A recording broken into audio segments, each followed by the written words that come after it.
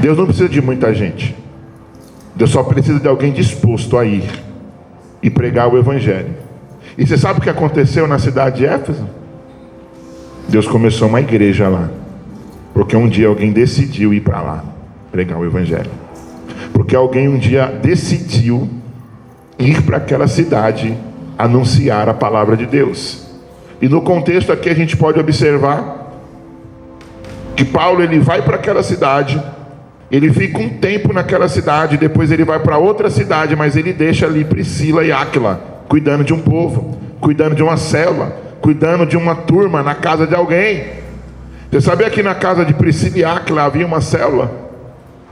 Pastor, a célula já não é de agora, é daqueles tempos, irmão. Priscila e Áquila tinham uma célula na casa deles. Eles pregavam o evangelho na casa deles. Eles pregavam o evangelho para os seus vizinhos, para os seus amigos. E o interessante é que dali Deus faz uma igreja surgir, uma igreja forte, a igreja de Éfeso. E agora eu quero que você vá para o capítulo 19 de Atos, e nós vamos ler do versículo 1 até o versículo 20, para nós podermos entender esse contexto bíblico.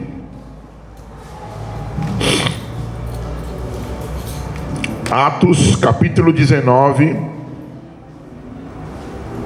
do 1 até o 20. Aconteceu que, estando Apolo em Corinto, Paulo, tendo passado pelas regiões mais altas, chegou a Éfeso, e achando ali alguns discípulos, perguntou-lhes: recebeste porventura o Espírito Santo quando crestes? Ao que lhe responderam: pelo contrário, nem mesmo ouvimos que existe o Espírito Santo. Então Paulo perguntou: em que pois foste batizados? E responderam: no batismo de João. E disse-lhe Paulo: João realizou o batismo de arrependimento, dizendo ao povo que cresce naquele que vinha depois dele, a saber, Jesus. Eles, tendo ouvido isto, foram batizados em nome do Senhor Jesus. E impondo-lhes Paulo as mãos, veio sobre eles o Espírito Santo, e falavam em línguas e profetizavam. E eram ao todo uns 12 homens. Segura a Bíblia aberta aí. Segura a Bíblia aberta aí. Olha que interessante, queridos. Paulo ele vai para a cidade de Éfeso, e ao chegar ali, Priscila e Áquila já estão ali, já estão pregando a palavra. Só que ele encontra um grupo de pessoas, e ele começa a evangelizá-los, e pergunta: vocês conhecem a Jesus Cristo? Vocês conhecem o Salvador? Vocês conhecem aquele que muda história? Você conhece aquele que morreu numa cruz? Vocês já foram batizados? E aquele grupo diz assim: eu fui batizado no batismo de João. E Paulo diz assim: vocês conhecem o Espírito Santo? Vocês já receberam o Espírito Santo? E ele disse: desse ainda nós não ouvimos falar. Ou seja, eles conheciam um pouco da palavra, eles conheciam um pouquinho da história sagrada, mas ainda faltava eles terem uma continuidade de um conhecimento por inteiro daquilo que Deus tinha para a vida daquele povo. E a Bíblia Sagrada diz que Paulo começa a pregar, e eles falam: então a gente quer esse Jesus. E aí Paulo vai lá, ora por eles, e aqueles que não eram batizados são batizados. Paulo impõe as mãos sobre eles, e eles são batizados com o Espírito Santo na mesma hora. 12 homens. Diga comigo assim: 12. Deus não precisa de muito para começar uma igreja. Começou com Paulo, Áquila e Priscila. E depois Paulo volta naquela terra, e a igreja não tinha crescido, e ele ganha mais 12 homens. E esses 12 homens começaram a igreja de Éfeso. E a igreja de Éfeso, irmão, teve um marco poderoso na história do cristianismo. Querido, pensa numa igreja cheia do Espírito Santo. No começo da igreja, os 12 foram cheios. Os 12 transbordaram nos dons do Espírito Santo. Nós lemos aqui que eles começaram a falar em outras línguas. Sabe por quê? Porque eles creram na pregação do Evangelho. E dura coisa é eu ir à igreja e duvidar do Espírito Santo. Dura coisa é eu participar da obra de Deus e não crer nos dons do Espírito. Deus manifesta dons no meio do teu povo, mas Ele só entrega dom para quem quer, quem deseja, quem busca, quem almeja aquilo. E a necessidade do povo entender isso é muito grande. A nossa igreja, ela está em processo de crescimento espiritual. Nós começamos na casa, como começou na casa de Priscila e Áquila, e Deus nos fez crescer. Hoje não temos mais 12, mas nós temos mais que 12. Mas ainda que fôssemos 3, Deus era conosco, amém? E você sabe o que é interessante? É que a igreja de Éfeso explodiu quando esses 12 foram cheios do Espírito Santo. A igreja de Éfeso teve um crescimento grande quando esses 12 receberam o Espírito Santo. Sabe por quê? Porque quando eu recebo o Espírito Santo na minha vida de verdade, eu mudo o meu comportamento. Quando eu recebo o Espírito Santo de verdade, eu não sou mais a mesma pessoa. Eu sou diferente. Eu carrego uma essência diferente, uma presença diferente. Eu tenho um temor diferente. Eu consigo agora me desvencilhar do pecado. Eu não vou mais olhar para o pecado como eu olhava antes. Eu vou sentir nojo. O que é interessante é que aquele povo foi cheio e agora ele não era mais um povo comum na cidade. Todo mundo olhava para aqueles 12 homens de uma forma, mas depois que eles receberam o Espírito Santo, eles revolucionaram a cidade de Éfeso, a ponto de que a igreja, a célula começou a encher, e o povo dizia: quem são esses? Homens cheios do Espírito de Deus. Deus começou a acrescentar naquela igreja, a trazer sinais, prodígios e maravilhas, porque naquele lugar onde foi pregado a palavra, tinha alguém com desejo de receber a presença do Espírito Santo. Ah, Jesus! Quem dera aqui nessa igreja todos nós tivéssemos essa gana, esse desejo, almejássemos transbordar do Espírito. E eu creio que aqui tem, amém? Tem alguém que deseja transbordar do rio do Espírito, fluir nos dons? Eu oro por isso. A minha oração é: Senhor, eu quero uma igreja cheia do Teu Espírito, que transborde, que flua nos dons. E eu tenho certeza que Deus nos está dando isso. Eu tenho certeza que Ele está entregando para nós isso. Eu estava falando na classe líder, não sei se foi na classe de líder ou foi para alguém, mas eu acredito que foi na classe de líder, que nós estamos num processo de crescimento aqui na igreja. E eu vi essa semana a mensagem do Rodrigo Silva, e ele dizia sobre o cedro do Líbano. O cedro do Líbano, ele é uma árvore com mais de 40 metros de altura, e ele dá uns pinhais, um fruto muito lindo. E quem olha para aquela árvore fica maravilhado por tamanha beleza, por tamanha estrutura, por conta do seu tamanho, da sua grandeza. E ele dizia assim: só que o que é interessante do cedro do Líbano é que quando ele é plantado na terra, os primeiros 3 anos ele cresce cerca de 5 a 15 centímetros para fora da terra. E quem olha diz assim: já estou 3 anos e não estou vendo crescimento. Já estou cuidando há 3 anos e parece que não vai dar em nada, não vai dar fruto, não vai crescer. Só que ele foi explicando no vídeo, e ele dizia assim: a diferença é que humanamente a gente está olhando para cima da terra e só está vendo aquilo que está aparente aos nossos olhos. Só que se você começar a cavar depois de 3 anos, você vai ter que cavar quase 3 metros para baixo da terra, porque a raiz fundou lá embaixo. E o que eu quero que você entenda: Deus está fazendo com a Ibaca Air Carvalho isso. Antes de Deus nos dar as multidões, antes de Deus nos dar muitas almas para a gente cuidar, Ele está fazendo a gente afundar nossa raiz lá embaixo. Porque quando a gente crescer, irmão, quando a gente estiver grande, a gente não vai ser derrubado, a gente não vai cair, a gente vai ter estrutura. E Deus falou comigo naquele vídeo de uma forma tão profunda. Eu falei: obrigado, Jesus, porque é isso que aconteceu aqui em Éfeso. Deus estruturou 12 homens. A igreja sempre começou com 12. Jesus chamou 12 para si. Jesus chamou 12 discípulos e começou a igreja, enviou eles a pregar, deu autoridade sobre espíritos imundos, deu autoridade para pregar o evangelho, para curar os enfermos. Depois do envio dos 12, depois da ascensão de Jesus, já não eram mais 12, eram 120, reunidos num único lugar, buscando a promessa que do alto seriam revestidos de poder. E aí aconteceu em Atos 2, de repente veio do céu um som. Alguém conhece o barulho desse som? Eu conheço a presença suave do Espírito Santo. Quando ele chega num ambiente, quando ele chega em algum lugar, irmão, não tem como não sentir, não tem como ser impactado, não tem como você sentir algo diferente, não tem como você mudar a sua mentalidade. A história sagrada diz que todos foram cheios do Espírito Santo, começaram a falar em outras línguas, e eles pregaram o Evangelho, e no mesmo dia, quase 3.000 almas foram batizadas, e a igreja começou a ter um crescimento. Porque antes de todo grande crescimento, Deus vai fazer a gente afundar as nossas raízes lá na terra, para a gente suportar todo o processo que virá depois. Os discípulos andaram 3 anos e meio com Jesus, antes da crucificação.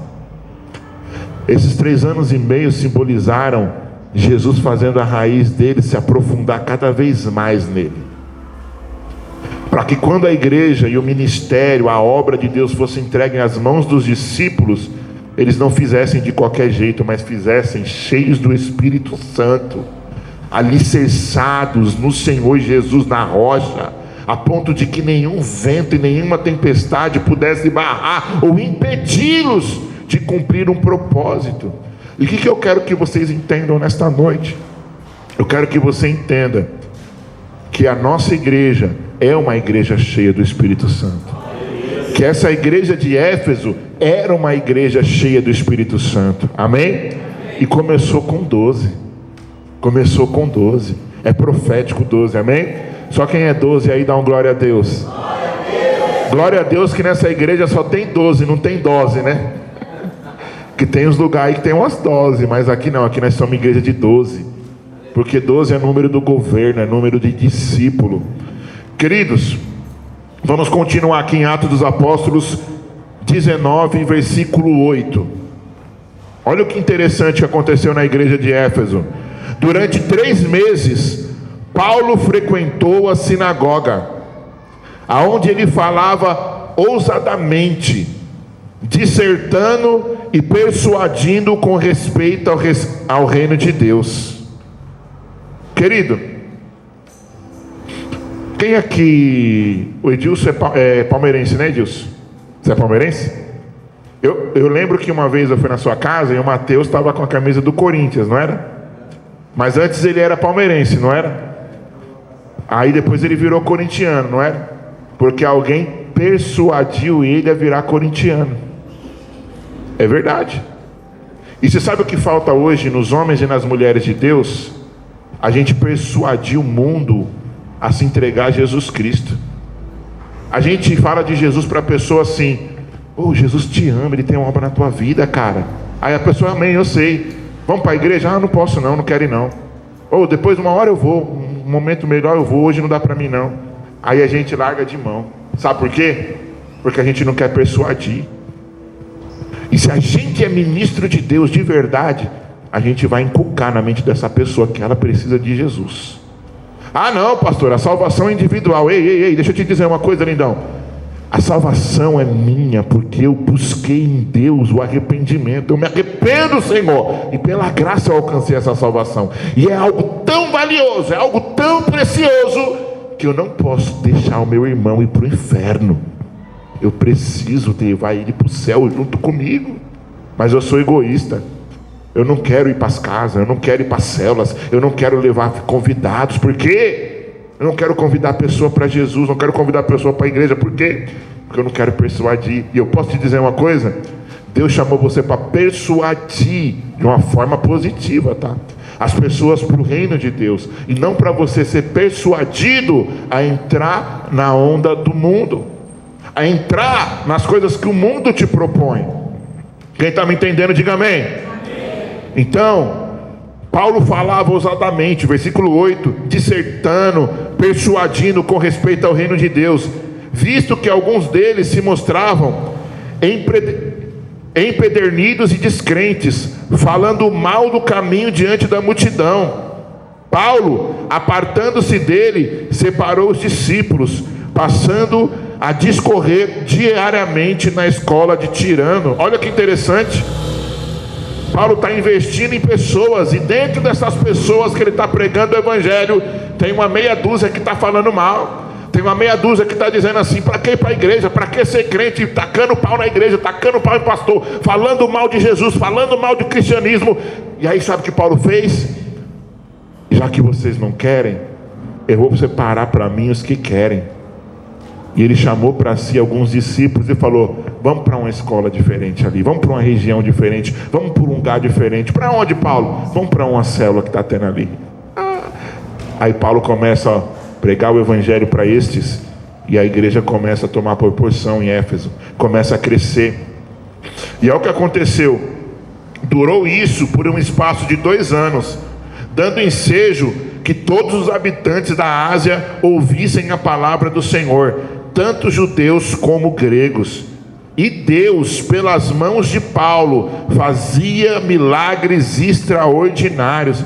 Ei, olha para mim. Paulo nesse momento está sendo pastor presidente da igreja de Éfeso. E a Bíblia Sagrada diz que pelas mãos do apóstolo Paulo, Deus estava operando sinais, prodígios e maravilhas. Então entenda uma coisa: na igreja de Éfeso, Deus descia com grande poder, com grandes milagres. Paralítico era curado, morto era ressuscitado, cego enxergava, demônios eram expelidos, as pessoas se convertiam. Era uma igreja tomada pela glória e a presença e os dons do Espírito Santo. Pensa numa igreja cheia de poder, que não tinha só unção, tinha também o ensinamento da palavra.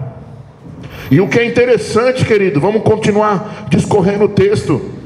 Ele ficou 2 anos lá pregando, e aí Deus fazia milagres pelas mãos de Paulo, a ponto de levarem os enfermos e os lenços e aventais do seu uso pessoal, diante dos quais as enfermidades fugiam de suas vítimas, e os espíritos malignos se retiravam.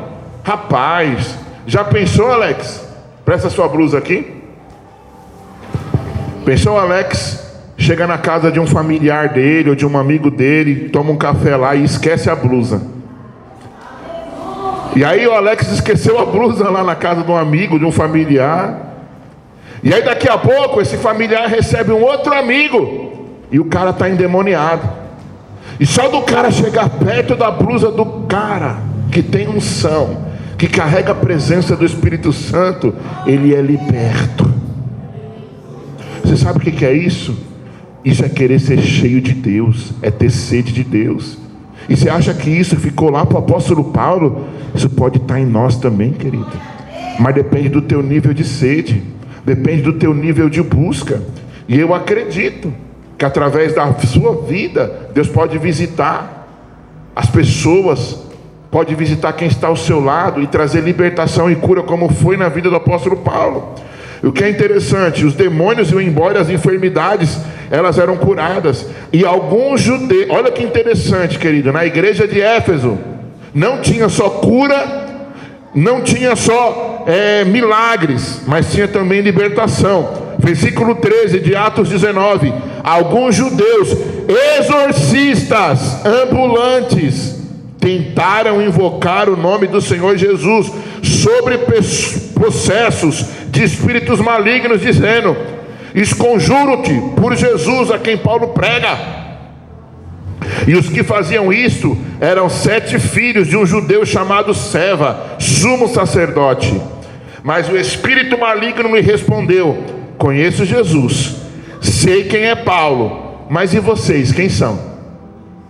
E o possesso do espírito maligno saltou sobre eles, subjugando a todos. De tal modo prevaleceu contra eles, que desnudos e feridos fugiram daquela casa.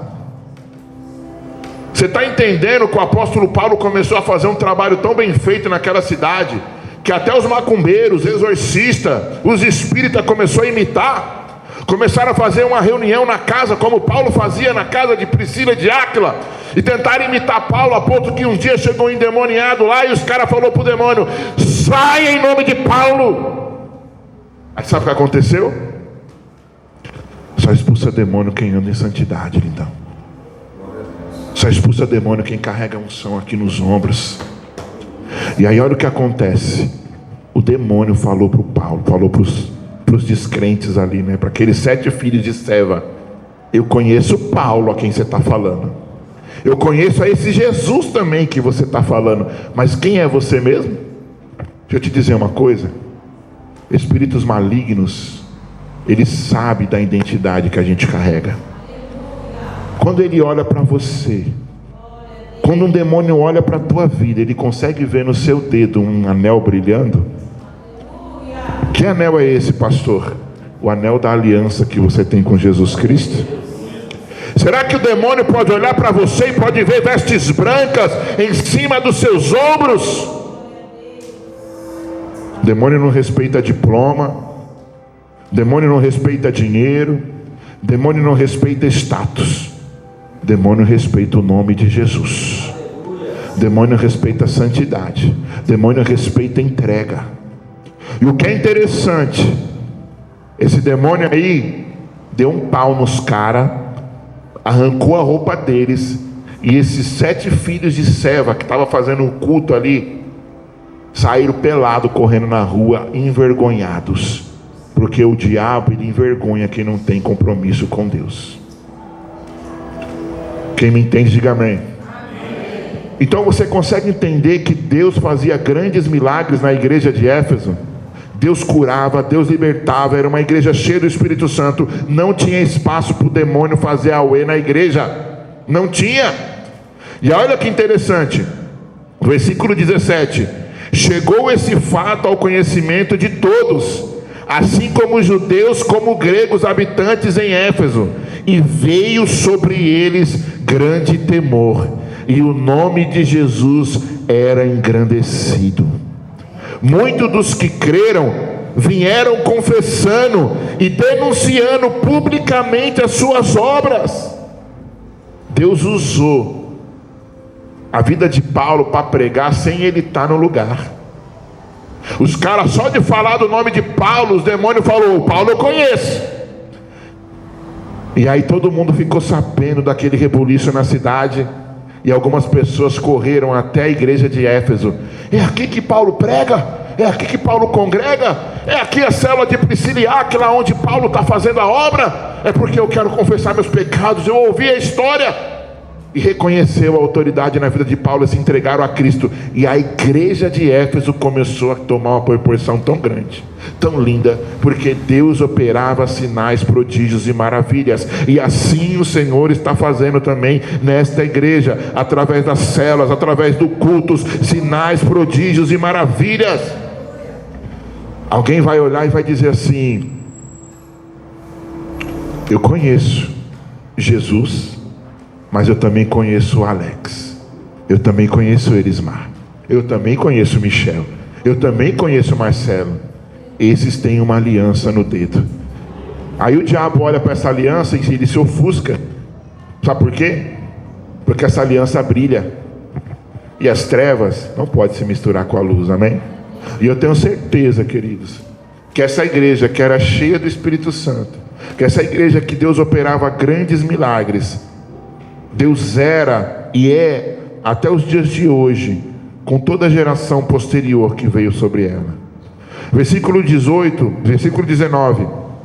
Não acabou por aí a obra. Olha que interessante. Também muitos dos que haviam praticado artes mágicas. Ei! Muitos que praticavam magia negra, muitos que praticavam ocultismo, muitos que praticavam macumba, reuniam seus livros e queimavam diante de todos. Você não sabe, mas nós estamos vivendo isso aqui nessa igreja. Os macumbeiros estão entregando as coisas para nós queimar, para nós quebrar. Aí, calculando seus preços, achou-se que montavam quase 50.000 denários. Assim a palavra do Senhor crescia e prevalecia poderosamente. Olha que lindo isso, irmão. Paulo não estava nem pregando para os caras. Os caras estavam indo na casa deles, pegando todos os artifícios, todos os ídolos, todas as obras malignas, levando até a igreja de Éfeso para o pastor tacar fogo. para o pastor quebrar, e eles estavam se entregando a Jesus Cristo. Eles não queriam mais viver na escravidão, porque a verdade chegou até eles.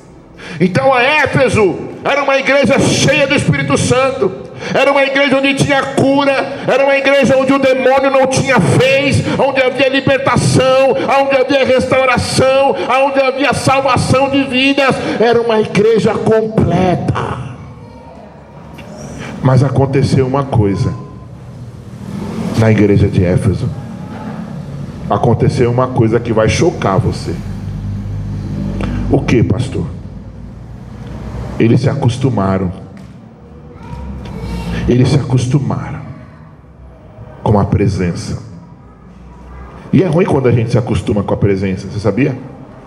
Por exemplo, hoje eu estou acostumado de ter a minha esposa aqui comigo, e quando ela não está, é algo muito ruim. E quando a gente se acostuma com a presença de Deus, a gente está tão acostumado que se talvez um dia Ele não tiver, você nem vai perceber, porque agora você já não age como antes com Ele, porque agora talvez você não dá mais valor à presença da mesma forma que você dava antigamente. E o que é interessante é que você deixou, com o passar do tempo, isso consumir você, e você já não é mais o mesmo de quem era algum tempo atrás, com tanto fervor, com tanta intensidade, com tanta entrega, com tanta fé, com tanta crença. Agora você se esfriou. Mas como pode? É uma igreja cheia, é uma igreja onde tem sinais, é uma igreja onde tem prodígios, é uma igreja onde tem maravilhas, é uma igreja onde o demônio não entra, é uma igreja onde os endemoniados são libertos, onde as pessoas estão se convertendo, e mesmo assim alguém se esfriou. Porque o problema nunca vai estar sobre a igreja, o problema sempre vai estar aqui, ó, com a gente. Vamos para Apocalipse 2? Apocalipse capítulo 2. Apocalipse capítulo 2.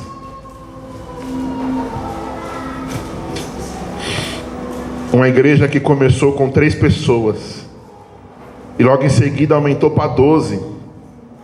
E agora uma multidão está acompanhando essa igreja.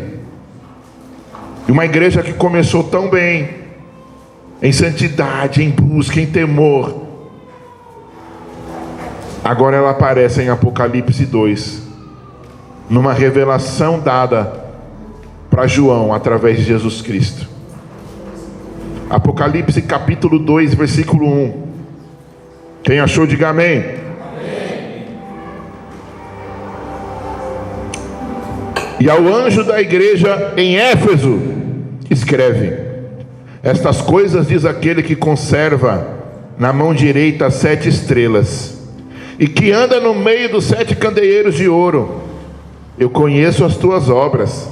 Quando Jesus está dizendo isso daqui, Ele está dizendo assim: eu conheço quando os macumbeiros queimavam os livros, queimavam as obras na frente da igreja. Eu conheço quando Paulo pregava e os endemoniados eram libertos. Eu conheço quando as pessoas estavam ali tentando expulsar os demônios no nome de Jesus, e ali os demônios não saíam. Eu conheço quando o paralítico andava naquela igreja. Eu conheço quando os velórios eram interrompidos e os mortos ressuscitavam. Eu conheço a obra social. Conheço tanto o teu labor, como também a tua perseverança, e que não pode suportar homens maus, e que puseste à prova os que a si mesmos se declaravam apóstolos e não eram, e achastes mentirosos. Lembra dos caras tentando expulsar o demônio no nome de Paulo, no nome de Jesus? Eram estes. Eles colocaram à prova, e Deus mostrou, Deus trouxe a luz. E agora Jesus está orientando essa igreja, dizendo assim: vocês têm perseverança, vocês estão suportando a prova por causa do meu nome, vocês não estão se deixando esmorecer. Mas aí no versículo 4, Jesus tem um apontamento para mim e para você. Tenho, porém, contra ti que abandonaste o teu primeiro amor. Lembra, pois, da onde caíste, arrependa-te e volta à prática das primeiras obras. Senão eu venho a ti e moverei do teu lugar o teu candeeiro, caso não te arrependas. Ah, meu Deus, isso aqui é forte demais. Então é Deus dizendo assim: eu me lembro quando você era apaixonado por mim. Era Jesus dizendo assim: eu me lembro quando você gastava a noite na madrugada orando. Eu me lembro quando você se debruçava naquele louvor e você chorava em minha presença.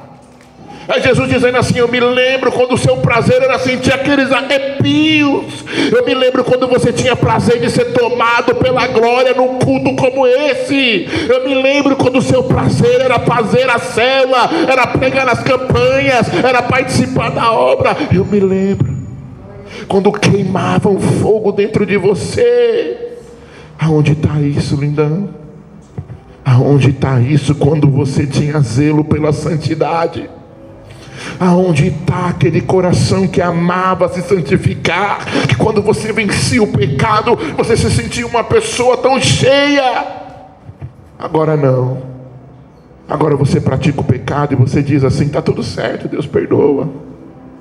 Você se acostumou de culto, você se acostumou de presença, e aí Deus diz para você: tenho contra ti que abandonaste o teu primeiro amor. Arrependa-te, lembra da onde você caiu e volta às primeiras práticas. Volta a praticar aquilo que um dia você deixou de fazer. Volta, recomeça. Até mesmo porque Ele não abandona quem cai no meio do caminho.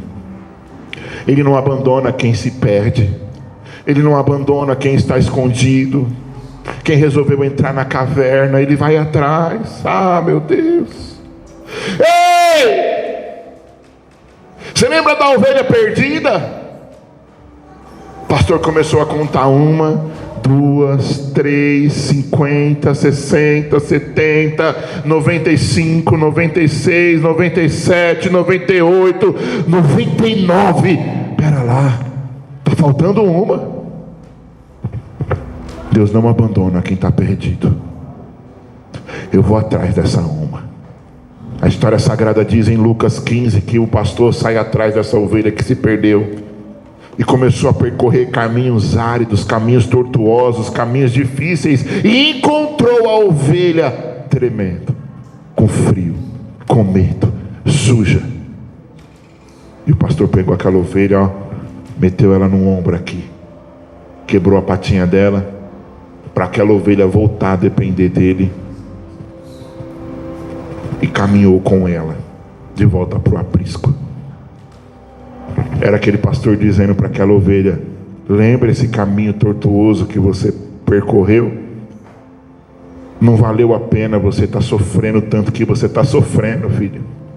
Não vale a pena você ficar vivendo essa vida miserável de podridão, de escravidão, de pecado que você está vivendo.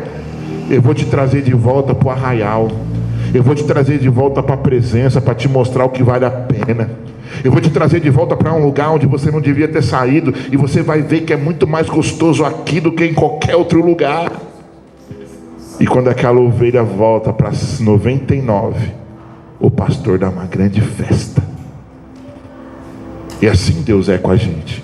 Ele não nos abandona, Ele não nos deixa para trás, Ele não nos deixa caído. Pelo contrário, Ele quer que a gente lembre de onde a gente caiu. Você lembra da mulher que perdeu a dracma na casa? Uma moeda de valor. Ela se entristeceu muito, mas daqui a pouco ela acendeu a luz. Primeira coisa que ela fez, ela trouxe clareza, para ela poder enxergar, para ela voltar a procurar aquilo que se perdeu. E tem gente aqui nessa noite que vai ter que acender a luz do entendimento, para lembrar de quem você era antes de ter se perdido, para você lembrar de quem você era antes de entrar por esse caminho de engano, porque você está se enganando a você mesmo, dizendo que serve a Deus, mas vivendo um pecado oculto, vivendo um pecado escondido, vivendo uma situação de risco espiritual, porque como nós louvamos aqui, se ele voltar agora, você vai ou você fica? Aquela mulher acende a luz, vai à casa e começa a procurar desesperadamente, até que enfim ela acha aquela moeda e levanta. Achei! Ela chama os vizinhos, ela chama os amigos e ela celebra, porque ela achou que ela tinha perdido. Mas tem outra história, a história do filho pródigo, que você conhece muito bem. Ele pegou tudo que tinha como direito de herança e foi gastar lá no mundo, foi gastar lá fora. Pai, não está bom aqui dentro da casa do pai, não está bom aqui dentro da igreja, não está bom servindo ao Senhor, não está bom te obedecendo. Eu vou viver aquilo que o mundo tem para me oferecer, me dá o que é meu por direito, que eu vou sair. E o pai deixou ele ir com as próprias pernas. Ele gastou tudo, centavo por centavo. Gastou com o que, pastor? Prostituição, bebedeira, barata, mulherada. Perdeu o pai, perdeu o irmão, perdeu família, perdeu o que tinha de mais valor, porque ele achou que o que tinha valor era o que estava lá fora, sendo que o que tem valor é o pai. É o pai. Aí vem comigo. Ele não tem mais dinheiro, vai trabalhar numa fazenda, começa a cuidar de porco, e num dia que ele está colocando comida para porco, colocando lavagem, a fome era tão grande que ele teve desejo de comer a lavagem do porco. E aí a Bíblia diz que ele lembrou da onde ele caiu. Ele lembrou da onde ele caiu e ele falou: na casa do meu pai, na casa do meu pai eu tenho de tudo. Na casa do meu pai eu desfruto da presença. Na casa do meu pai eu desfruto de milagre. Na casa do meu pai eu tenho o Espírito Santo. Para que eu vou me lambuzar aqui? Aí a história sagrada vai nos dizer que ele tomou uma decisão de voltar para a casa do pai. Lembra da onde você caiu, se arrepende e volta às primeiras obras. Está o filho pródigo correndo. Pai, o Senhor me recebe como um dos teus servos. O filho pródigo está vindo correndo lá fora, e o pai está aqui de braços abertos, e ele já vem com humildade no coração. Ele saiu com o nariz empinado: me dá o que é meu, que o mundo me espera, me aguarda. E ele volta de cabeça baixa, humilde, porque Deus é especialista em nos quebrar e nos fazer reconhecer o senhorio de Deus. Me recebe como um dos teus servos, pai. E o pai disse assim: eu não te recebo como um dos meus servos, porque você nunca será um servo, você é filho. Traz aqui vestes brancas, coloca sobre ele, coloca também um anel no dedo dele, e mais uma coisa, vamos matar um cordeiro para nós alegrar-se com ele. Você sabe o que simboliza essa história? Simboliza que a gente estava perdido lá no mundo, mas que quando a gente se voltou para Deus, o cordeiro foi morto, para a gente poder se alegrar e receber o perdão. E eu quero que você entenda uma coisa, que é possível uma igreja cheia do Espírito Santo, uma igreja onde tem os dons do Espírito Santo, uma igreja onde Deus cura, onde Deus opera, onde Deus liberta, onde o demônio manifesta e é expulso, onde as pessoas vomitam obras malignas, onde as pessoas trazem coisas de outras religiões, onde elas estavam presas e entregam para a gente quebrar. É possível uma igreja dessa esfriar espiritualmente, é possível uma igreja dessa se acostumar com a presença de Deus e viver uma vida sem o primeiro amor. É possível. É possível o pastor Douglas viver dessa forma. É possível você viver dessa forma. E Deus nos chama hoje para uma autoanálise. Será que eu estou dessa forma? Será que eu abandonei aquilo que Deus tem para a minha vida? Lembra de onde você caiu, se arrependa e volta às práticas das primeiras obras. Senão, eu venho sobre ti e moverei do teu lugar o teu candeeiro. Caso não se arrependes, tens contudo a teu favor que odeia as obras dos nicolaítas. Ei, olha aqui. É alguém que não é mais como era antes, mas ainda está lutando para se manter de pé. É alguém que pode não ter a força que tinha antes, mas ainda odeia o pecado, ainda odeia a injustiça, ainda está lutando com um pouquinho de forças que tem. É alguém que está lutando para não se desviar, mas ainda odeia o pecado. Versículo 6: tens contudo a teu favor que você odeia as obras dos nicolaítas, as quais eu também odeio. Quem tens ouvidos, ouça o que o Espírito diz à igreja. E lindão, é possível uma igreja cheia perder o primeiro amor. E você vai entender que nesse texto, que era uma igreja que estava em funcionamento, mas não tinha mais amor pelas coisas de Deus. Eu vou fazer de qualquer jeito. O zelo e a santidade ainda cabem à casa do Senhor. Eu vou atuar no som de qualquer jeito. Eu vou atuar na iluminação de qualquer jeito. Eu vou atuar no teatro de qualquer jeito. Não precisa ir para a consagração. Na dança eu faço de qualquer jeito. Na célula eu vou tirar ali, na hora que eu chegar na célula eu abro qualquer palavra na Bíblia e ministro. E está tudo certo. Ei! Lembra das primeiras obras. Aonde você, quando ia pregar, quando você ia orar, você se preparava. Quando você ia para o cantinho da oração, quando você ia para o seu devocional, você fazia questão de colocar aquele louvor, aquele que só você gosta, aquele louvor que toca lá na tua alma. Você tinha prazer nessas coisas e hoje você não tem mais. Hoje você empurra com a barriga e faz de qualquer jeito. Ei, lindão, vamos voltar ao primeiro amor. Vamos voltar para o lugar onde a gente nunca deveria ter saído, porque a gente pode continuar fazendo as coisas de Deus de qualquer jeito, e a gente acha que Ele está recebendo, mas Ele diz aqui para nós hoje: tenho porém contra ti. Pastor, e como que eu faço para voltar? Se for preciso, Ele vai atrás de você, lá onde você se perdeu.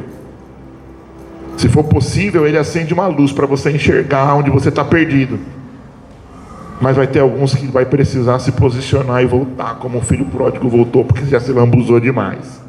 Eu não sei como você está, mas de uma coisa eu sei: nós ainda vamos viver multiplicação, transformação, vamos ser cheios do Espírito Santo, vamos viver milagres extraordinários, porque o nosso Deus é poderoso e Ele nunca mudou.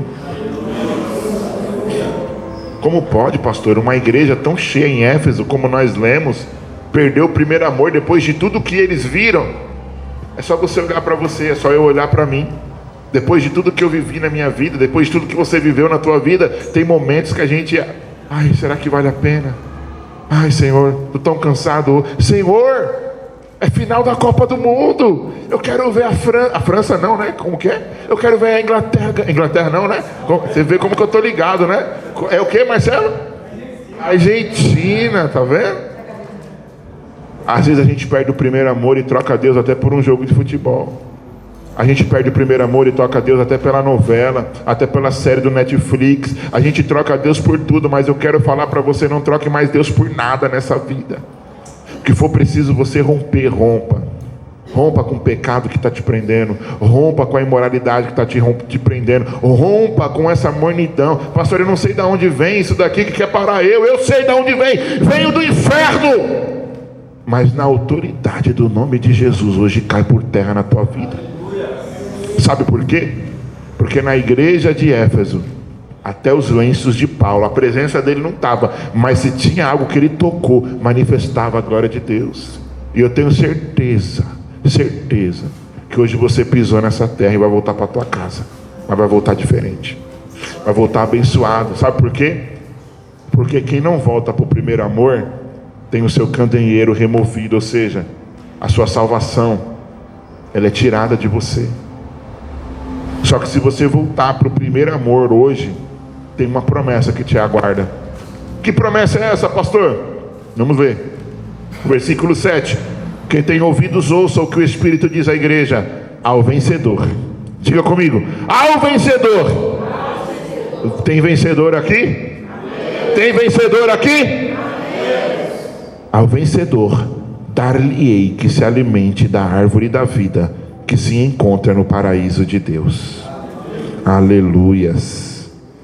Versículo 11: quem tem ouvidos ouça o que o Espírito diz à igreja. Ao vencedor, de modo algum sofrerá o dano da segunda morte. Você pode dar uma glória a Deus por isso? Aleluia. Versículo 17: quem tem ouvidos ouça o que o Espírito diz à igreja. Ao vencedor eu dar-lhe-ei de comer do maná escondido, como também lhe darei uma pedrinha branca, e sobre essa pedrinha branca escrito um novo nome, a qual ninguém conhece, exceto aquele que o recebe. Você pode dar mais um glória a Deus por isso? Aleluia. Versículo 26: ao vencedor que guardar até o fim as minhas obras, eu lhe darei autoridade sobre as nações, e com cetro de ferro as regerá, e reduzirá a pedaços, como se fossem objetos de barro.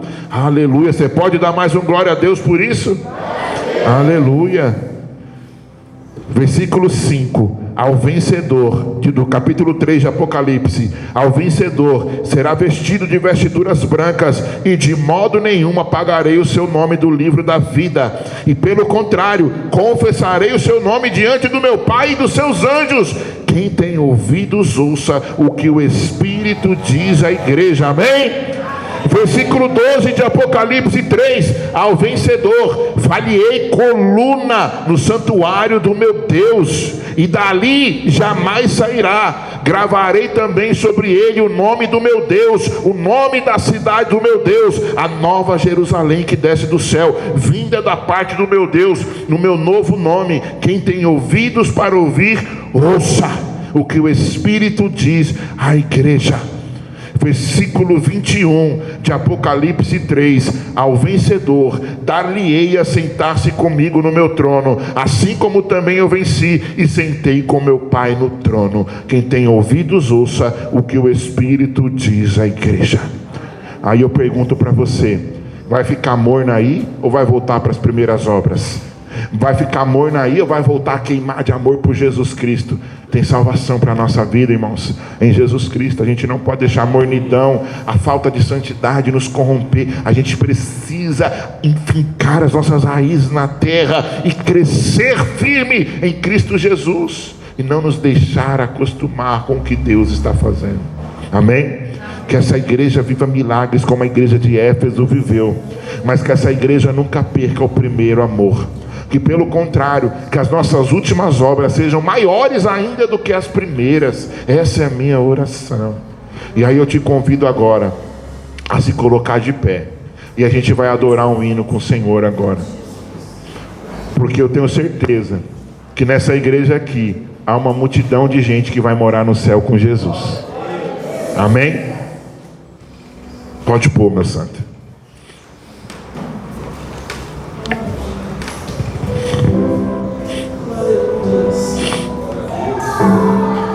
Além do rio azul, sim, Jesus, as ruas são de ouro e de cristais.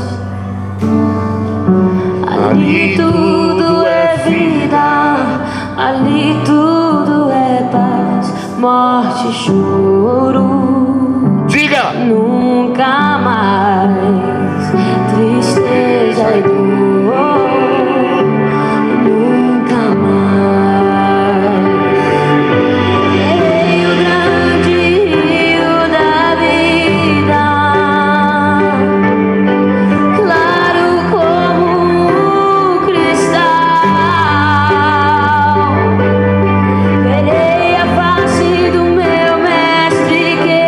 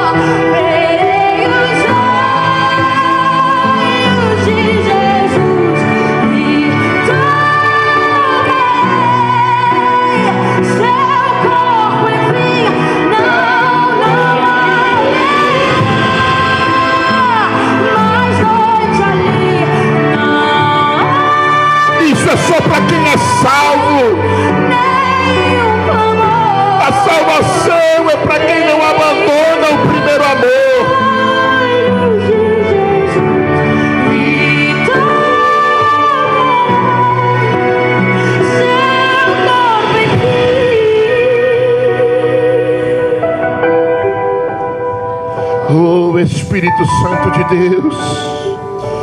Começa a renovar agora o amor, Senhor, e a chama que um dia queimou o coração dos seus filhos. Começa a acendê-los novamente, a incendiá-los, meu Pai. Oh, Espírito Santo, eu te peço, vai agora, Jesus, e traz renovo. As nações andarão em sua luz, e as portas jamais se fecharão, e a cidade é de ouro puro, de jaspe seu muro, além do rio azul.